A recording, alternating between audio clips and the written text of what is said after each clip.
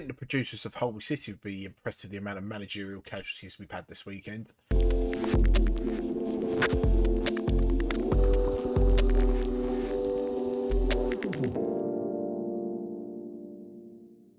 Guys, welcome back to the Football Social. I am Scoops Callahan, back for my second video on the channel. Unreal numbers. If you are enjoying the videos and the content we bring out on this channel, make sure you like and subscribe to the channel as we try and get to the big 5-0. I know, the big 5-0. We need to get there.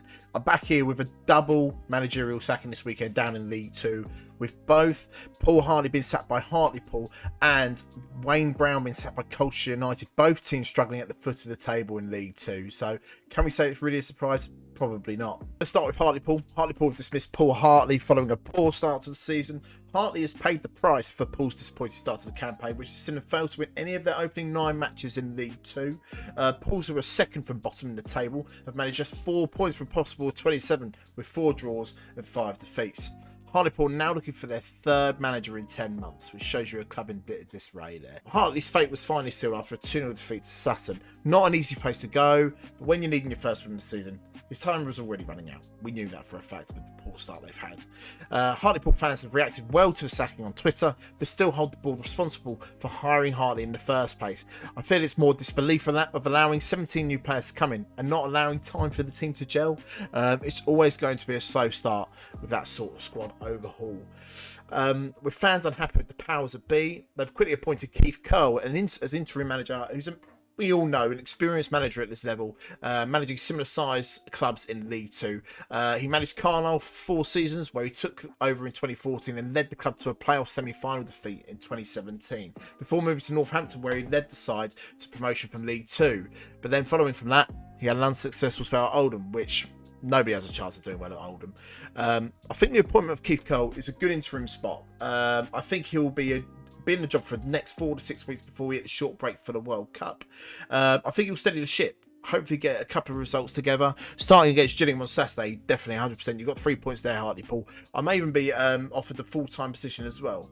I think Hartlepool could probably do far worse than Keith Curl, especially with the club in where they are in League 2. On paper, we always had them to struggle this season, especially with the mass overhaul that they had. Some of the signings initially at the beginning of the season, you know, they were underwhelming, to be honest with you. But you know, then they got Chris Maguire in, which I thought was going to be a good player for League 2. But you know, Keith Cole is going to be a good manager, an experienced manager at this level, and could be one of those ones where actually, if he turns it around, he could get the role full time. And realistically, we're coming up to our, you know, in League 2, up to 20 games into the season. That's when you get a real feel about how your season's going to be. You know, after 20 games, if you're down the bottom half, if you're in mid-table, or if you're challenging up the top, you're going to know where you are towards the end of the season. But then, obviously, in the next 10 games, you do start to see sides plummeting down the table and start to implode. Leighton Orient, but we'll wait and see. I think Keith Curl could do far worse than going to Hartlepool. I think Hartlepool could do far worse than Keith Curl. I think it could be a good appointment. Let's see how he gets on in the interim for the next 4 to 6 weeks. I'll be surprised if they hire anyone else in a short period of time. There's not that many people out there that you would look at and go, oh, actually, I could do with him at our club. So it's an interesting time for Hartlepool, and probably they'll start with 3 points against Gillingham on Saturday. So let's talk about other sacking on Saturday. Fellow strugglers Colchester United have sacked head coach Wayne Brown following their defeat to Grimsby. It was their 5th loss in the opening 9 games of this season and leaves them 4th from bottom.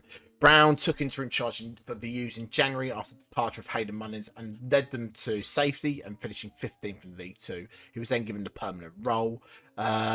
He oversaw a run of 7 wins from the final 12 games of the season as Colchester went from just 3 points above the relegation zone to finish 17 points clear of trouble.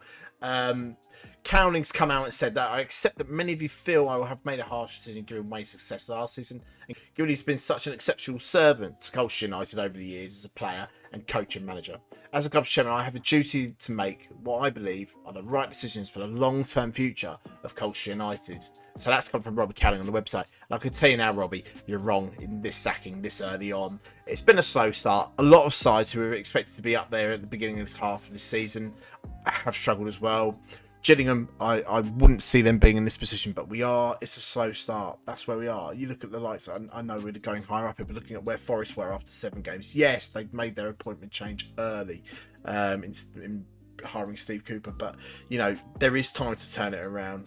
Wayne Brown showed that last season by leading Colchester to safety, and for him to be given so little time this season just shows actually what a short-term club you are, and Colchester are. You're not even looking at 5 seasons ahead. You're not even looking at 3 seasons ahead. You're looking at the next 12 months thinking, how are they going to get through this? And you're thinking you're 9 games in and you're getting rid of Wayne Brown. To be honest with you, I just think that's an appalling decision.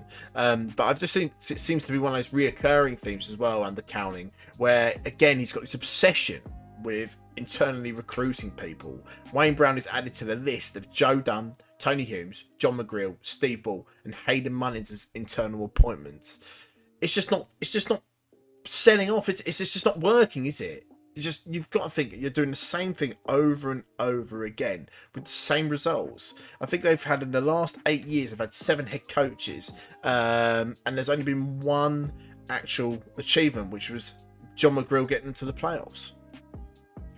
Like, when are you going to learn? Browns did the cup to safety last season, so when in fact they finished the season in the top 8 of the form table, he was turning it around. They had a slow start under him as well. It wasn't going to happen straight away. And look at that. I just can't believe, with the sort of players that they've got a lot of experience in that squad to turn it around. But the late recruitment later in the season and having so many players under contract from last season, which wouldn't have been Wayne Brown's squads, and you hear the rumours of financial struggle at the club as well. He didn't have time to put his full stamp on it. Build the squad he wanted, get the players in to play the style of football he's got. There was moans and groans from people saying, "Oh, it's just they look lackluster. They don't give you the best results on the pitch, and they just look like they've only got one idea." You're 9 games into a freaking season, mate. What do you expect? He only got given the permanent job in freaking May. Given the permanent job in May, and for him to sit there and say, "Actually, do you know what? Yeah, you're not the right fit for us." When you're in that temporary period, you're going to do something that's going to be probably against your philosophy to keep you safe and keep the club in the Football League. That's what Wayne Brown did.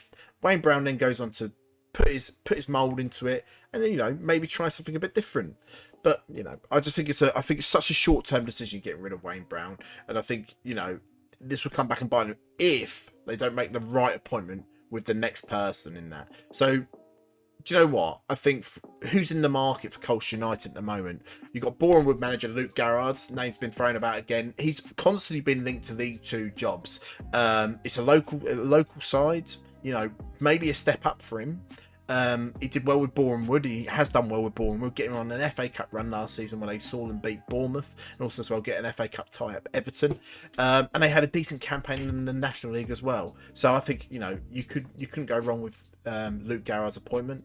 Another one that's been thrown about is David Artell after being sacked by Crew last season. I think it'd be a safer appointment, to be honest with you. A decent manager at League 2. The only thing I would think about is he's based up north, and with the history of Cowling's, reactive management style and ownership style, is he going to up sticks to come manage Colchester for potentially 7 to 8 months? Probably not. And then again, depressingly enough for Colchester United fans, the same names have been cropped up with the likes of John McGreal been chucked in there. If they go back a step and appoint John McGreal or Joe Dunn, Jesus Christ. And then another one's been thrown about, which is Paul Tisdale. Just a dinosaur of Football League. So I just think realistically you've got the first 2 options are probably the best that you've got. I think Colchester should get the appointment right. I think they've got the good enough squad to be consistent mid-table League 2 side. They're consistently bringing good players through the academy, so Noah Chilvers as well, looking a real prospect for them. And every time I've seen him play, he's looked a quality player. I think this is probably one of the biggest decisions in Cowley's ownership.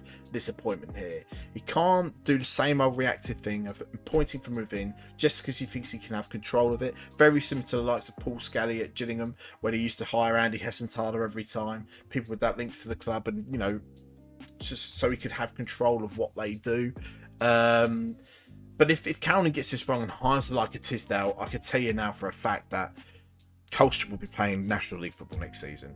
We had them down as a team to struggle if they didn't get their appointments right, and especially if they didn't get their summer recruitment right, which they were limited to anyway. I think non-league football was calling for the North Essex side, which is horrible to say, because I think if Colchester get relegated, officially, Essex would no longer have a Football League side in it. Southend are gone, Colchester will be gone. Yeah, brilliant stuff, innit? Lovely.